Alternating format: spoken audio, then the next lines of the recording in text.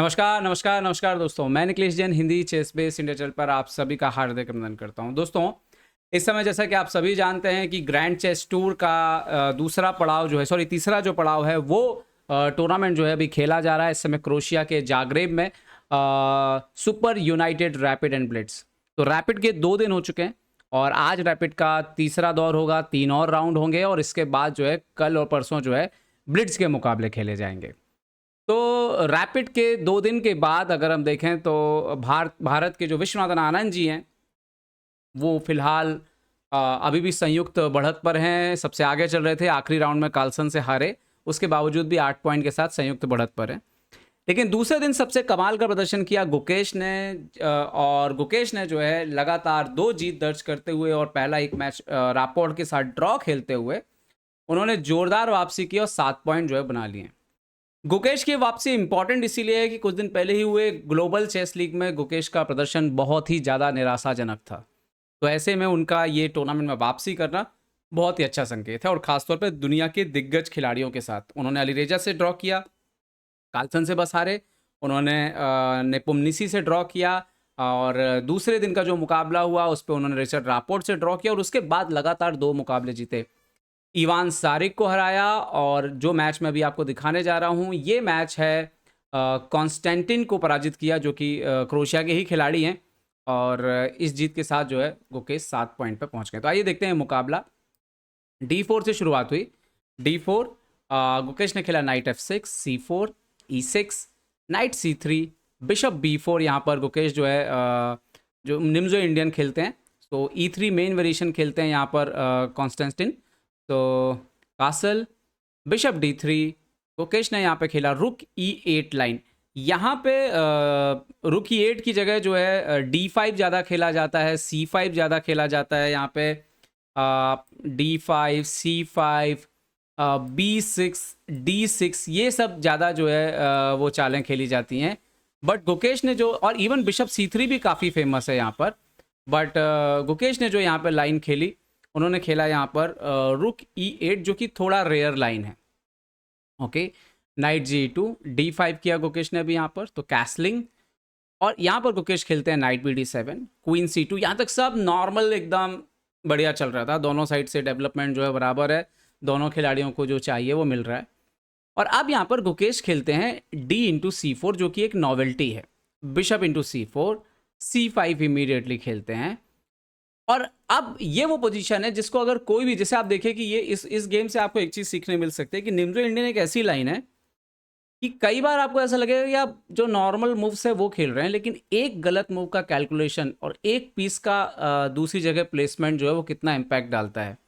यहाँ पर देखिए A3 जो यहाँ पर खेला वाइट से, बहुत ही नेचुरल मूव है, खेला ही जाता है वाइट से। और गुकेश ने बिशप C3 जवाब दिया, BC3 यहाँ पर आता है। गुकेश खेलते हैं क्वीन C7 आराम से, नाइट G3। अभी यहाँ पर क्या है कि बिकॉज नाइट का ये जो लोकेशन है, एक तो ये नाइट का लोकेशन जो है वो करेक्ट नहीं है। यहाँ पर नाइट जो है बेसिकली अगर आप देखें तो नॉर्मल कहाँ से आता है, नाइट F3 से जो कि आता है। तो यहाँ पर उन्होंने क्या किया, इन्होंने खेला नाइट G3 और अब गुकेश खेलते हैं B6। और ये वो पोजीशन था जहाँ पे कोई भी धोखा खा जाएगा और वही हुआ यहाँ पर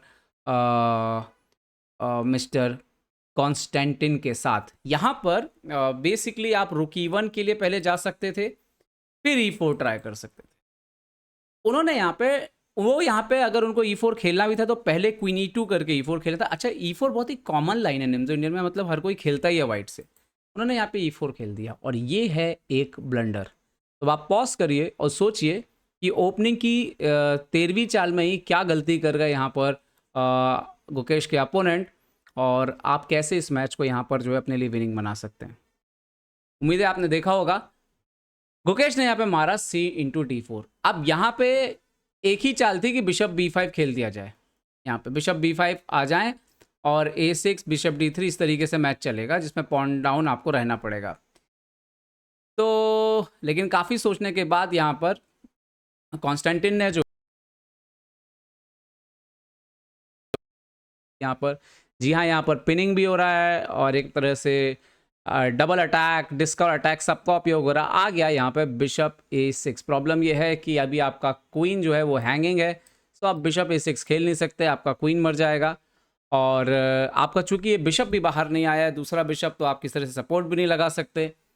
तो उन्होंने काफ़ी सोचने के बाद यहाँ पे बिशप D3 खेला, गुकेश ने क्वीन C2, बिशप C2, और गुकेश यहाँ पे बिशप F1 डायरेक्ट मार सकते थे, पर पहले उन्होंने खेला रुक C8, अपनी फाइल ली C file, bishop D1, bishop F1, king F1। तो एक्चुअली में कोई कंपनसेशन नहीं है यहाँ पर, और इवन एक पॉन तक का कंपनसेशन नहीं है, और क्लियर एक्सचेंज अप हो गए थे गुकेश। और इसके बाद की जो पूरी पोजीशन है गुकेश ने बड़े आराम से हैंडल की। पहले अगर आप पीस अप हैं या आपका पीस बेहतर है, तो जो पीसेस नहीं है गेम में अभी खेल रहे, उनको पहले एक्टिवेट करिए। उन्होंने खेला रुक E8, यहाँ पर मूव आया,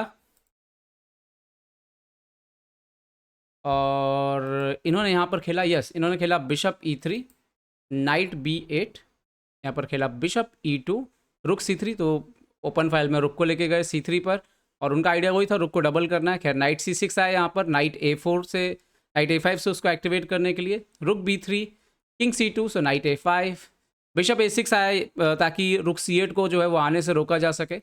यहाँ पर रुक D7 खेला गुकेश ने। Now bishop F4।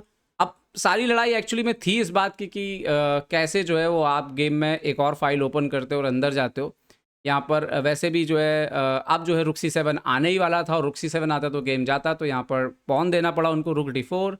यहाँ पर उन्होंने खेला बिशप D2। नाउ यहाँ पर गुकेश ने फिनिश किया ब्रिलियंट स्टाइल में, एक्सचेंज वापस कर दिया।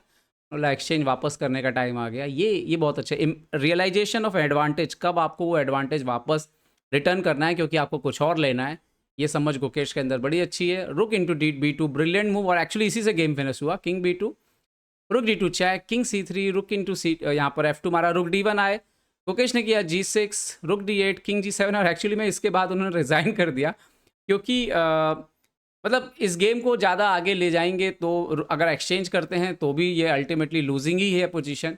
तो यहाँ पर उन्होंने रिज़ाइन ही कर दिया इस पोजीशन में, क्योंकि ऑलरेडी काफ़ी पॉन जो है वो जा चुके थे, एक्सचेंज डाउन अलग से थे, फिर एक्सचेंज डाउन तो कवर हो गए थे, बट काफ़ी पॉन यहाँ पर जो है जा चुके थे उनके। यहाँ पर मे बी रुक D2 वगैरह शायद खेला जा सकता था, रुक D2 वगैरह कुछ, और गुकेश आई थिंक रुक D2 वगैरह जो है वो यहाँ पर मारना ही पड़ता, बट इसके बाद शायद तक मेरे ख्याल से ये यहाँ पर H3 समथिंग था मतलब, और उन्होंने इसके बाद रिज़ाइन ही कर दिया यहाँ पर। सो गुकेश जो है ये मैच जीत गए यहाँ पर अल्टीमेटली अगर आप देखोगे तो वो ओपनिंग का जो ट्रैप था ना, एक्चुअली में ये जो उनसे E4 का गलती हुआ, और गुकेश ने इमीडिएटली ये इनका खेल जो है वो यहीं पे ही ख़त्म कर दिया था।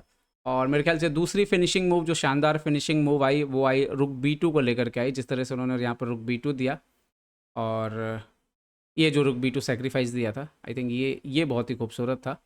और इसके बाद गुकेश जो है वो पूरी तरह से गेम में नियंत्रण में थे, 2 पॉन अप थे, और कुछ ऐसा कंपनसेशन था नहीं, एक्सचेंज करता भी अपोनेंट, तो इसीलिए शायद उन्होंने रिज़ाइन कर दिया। उम्मीद करता हूँ कि गुकेश आगे भी इस टूर्नामेंट में यूं ही शानदार प्रदर्शन करते रहेंगे। आपको भी ये वीडियो अगर पसंद आया तो लाइक शेयर और सब्सक्राइब करना ना भूलें। देखते रहिए चेस बेस इंडिया के लिए मैं निखिलेश जैन। जय हिंद दोस्तों।